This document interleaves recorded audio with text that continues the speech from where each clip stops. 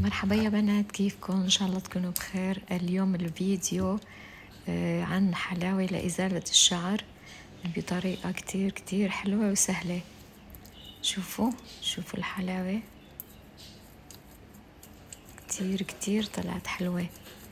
تابعوا الفيديو للآخر ولا تنسوا اللايك والشير والمتابعة. شكرا يا حبايبي. لا تطلع الحلاوة ناجحة يا بنات، تابعوا الفيديو. بدنا كبايتين صغار من السكر وكباية مي ونص ليمونة، ما راح نحطها كلها بس شوي. بنجيب طنجرة صغيرة بنحط الكبايتين السكر، كباية مي وشوي من العصير. ندوب السكر شوي وبنحطه على الغاز.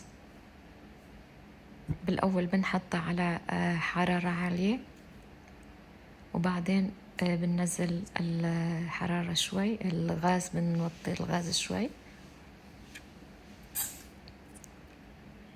وهيك بنضل بنحركه ليدوب السكر ليصير لونه كراميل. نعمل تجربة صغيرة بنشوف إذا استوت أو لا.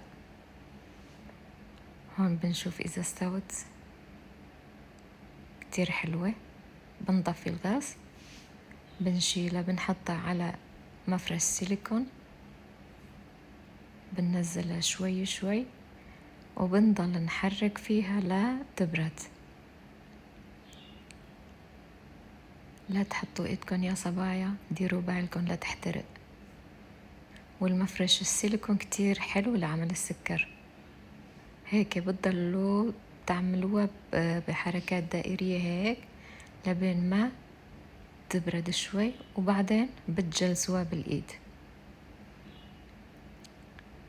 وتقدروا تحتفظوا فيها بكيس بلاستيك نايلون. بتحطوها بالبراد لوقت الاستعمال. قبل ما بتستعملوها بتطلعوها من البراد نص ساعة وبعدين تستعملوها.